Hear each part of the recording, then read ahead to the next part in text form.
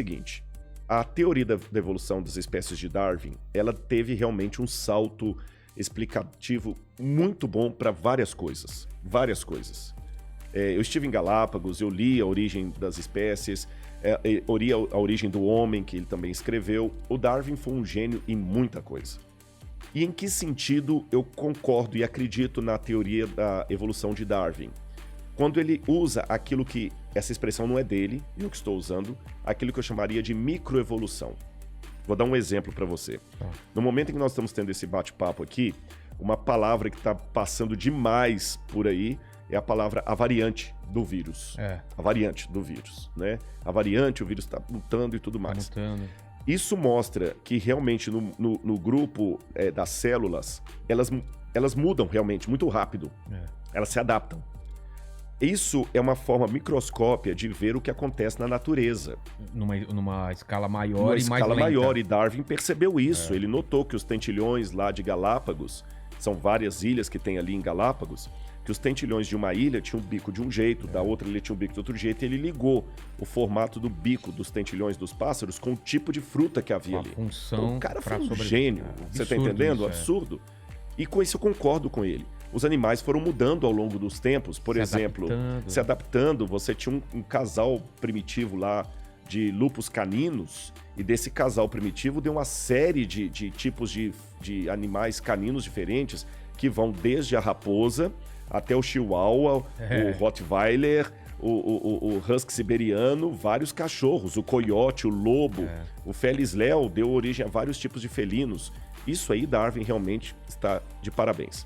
Agora, o que eu acho que Darwin não provou? E aqui que eu acho que desculpe-me falar assim, sem querer ser panfletário, até a ingenuidade de quem é darwinista roxo.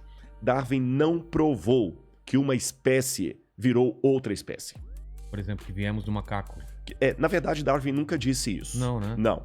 Darwin diz que nós viemos de um ancestral comum com símios. E símio, para o macaco, não é um sinônimo perfeito. Mas explicando de maneira mais simples assim, embora eu não seja biólogo, né? Existia, na visão darwinista, um ancestral comum que deu origem a alguns tipos de macacos, como os orangotangos e os chimpanzés. E desse mesmo tronco saiu outro tronco que deu origem ao Ramapithecus, que depois foi evoluindo de Ramapithecus para Homo ergaster, tem vários lá, o Australopithecus, até chegar no Homo sapiens e o Homo sapiens sapiens, que é o homem moderno. Então nós somos parentes deles aí. Só que, qual a prova fóssil disso? Por exemplo, que os répteis no passado que as aves no passado eram répteis. Não existe nenhuma prova, não existe nenhum fóssil de transição, é zero. Mesmo que eu falei da mutação do vírus do Covid, tem a variante da Amazônia, a variante lá da China, a variante da Índia, mas o vírus ainda é vírus do Covid. O vírus do Covid não virou um vírus da hepatite. O vírus do Covid não virou um vírus da AIDS. Entendi. Você tá entendendo? Ele está realmente mutacionando-se, mas ele continua sendo um vírus do Covid mutacionado. Ele não virou Covid, agora virou AIDS. Aliás, graças a Deus por isso. Imagina, você está criando uma vacina para uma doença, daqui a pouquinho dentro do seu organismo ele vira outra doença.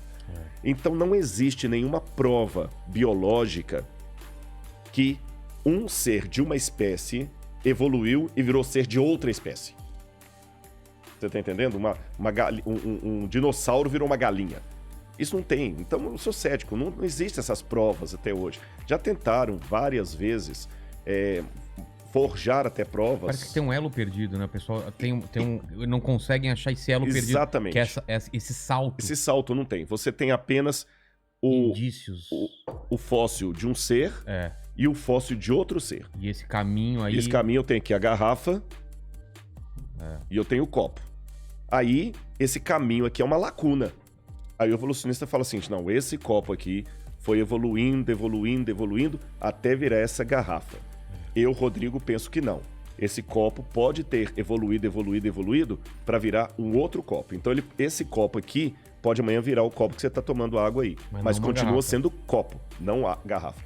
É esse que é o ponto. Só que hoje, falar contra o darwinismo, o evolucionismo, é quase dar um tiro no pé acadêmico. Porque vão chamar de negacionista, né? Negacionista virou um mantra. Sabe, na verdade, em alguns pontos, a universidade, ela tem virado, e eu acho que eu posso fazer essa crítica aqui, porque o mundo acadêmico é um mundo para você fazer a crítica. A universidade, em algumas instâncias, tem virado o mesmo padrão cultural da Europa da Idade Média. Caramba! Por quê? Na Europa da Idade Média, o lema era Roma locuta, finita causa est. Roma falou, acabou. O que é dogma da igreja, você não pode questionar, tá certo?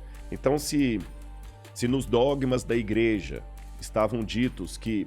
Vou dar um exemplo para você. Por uma interpretação errada da Bíblia hebraica, Jerônimo traduziu que a terra permanece para sempre. Estate, que ele traduz em latim. Tá. Só que no hebraico, quando fala a terra permanece para sempre, quer dizer, ela dura para sempre. Mas São Jerônimo cometeu um escorregadela lá em latim e traduziu a terra fica parada para sempre. Tá certo? Aí você vê a briga de Galileu Galilei, quando quase foi execrado pela Inquisição da Igreja, pelo Santo Ofício, porque ele falou que a terra por si move. Então, naquela época, você ousar dizer algo contra os dogmas da igreja, você estava cometendo um suicídio intelectual e, ao mesmo tempo, social. Porque não podia falar nada contra excomungado. Não podia falar nada contra o dogma da igreja. Roma locuta, finita causa est. Roma falou, silêncio, shut up, acabou. Hoje, nós temos alguns mantras também colocados nas universidades que não abrem espaço para o diálogo. Você entendeu? Não abre espaço